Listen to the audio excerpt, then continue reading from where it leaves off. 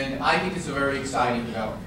But let's remember what this points out, something I want people to keep focus on because it's in context of what we're talking about now with the congestion crisis debate.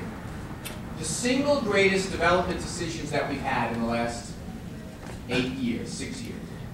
Ground Zero, the west side of Manhattan, the convention center, the football stadium, all of these come down to decisions of people that you didn't elect.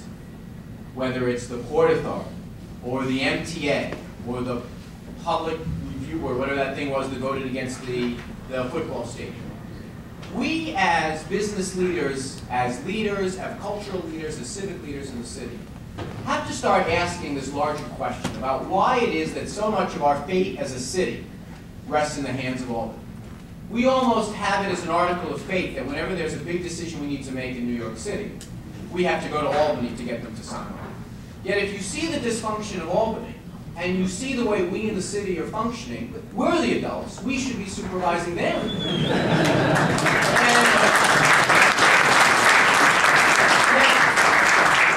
Yet if you have a neighborhood dispute of where a local bar is going to be, got to go to a state board to resolve it. You want to decide how to develop the west side where the parks are, you have to go to a state board to resolve it.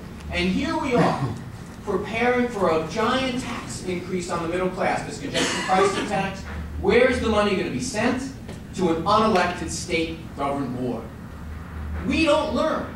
We have to start questioning, people, this big debate about should we keep control of our schools? Should there be mayoral control?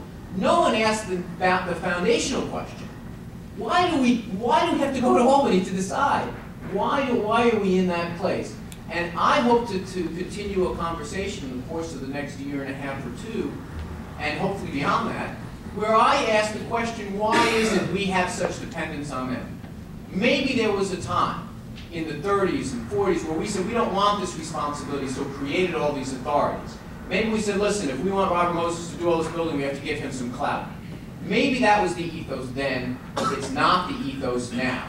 So I think it's great that this development is happening, that it's coming down to a decision by the MTA, which is entirely about how much money they're going to get out of the deal, I believe limits the creativity that we should be thinking about these issues with. And I hope that you'll join me in asking the question every so often when you see these decisions are being resolved in Albany, you should be asking the question why. Thank you very much.